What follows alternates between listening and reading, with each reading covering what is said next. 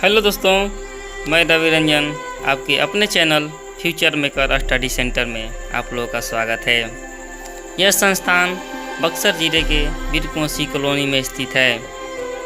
100 मास का हिंदी बुक दिगंत भाग 2 का पहला लेसन बातचीत को सारांश को जानने के लिए मेरा वीडियो को शुरू से अंत तक देखें और मेरा वीडियो अच्छा लगे तो ज़्यादा से ज़्यादा शेयर करें ताकि आने वाला वीडियो आपके पास तुरंत पहुँचे।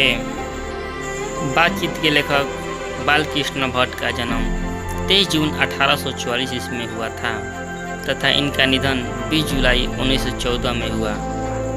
ये इलाहाबाद उत्तर प्रदेश के निवासी थे, जिनका माता का नाम पार्वती देवी तथा पिता का नाम वेणी प्रसाद भट्ट था।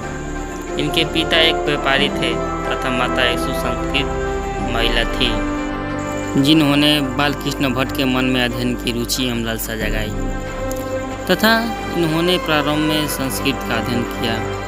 इसके बाद 1867 में प्रयाग के मिशन स्कूल में एंट्रेंस की परीक्षा दी।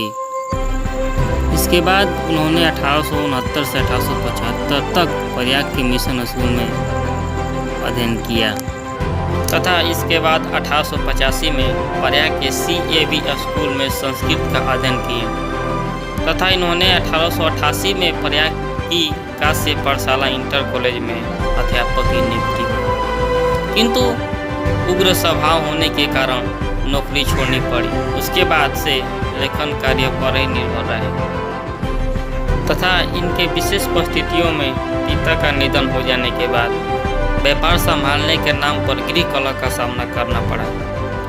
परिणाम स्वरूप पिता का घर छोड़ आर्थिक संकट से जूझते हुए अपने साहित्य के प्रति समर्पित हो गए।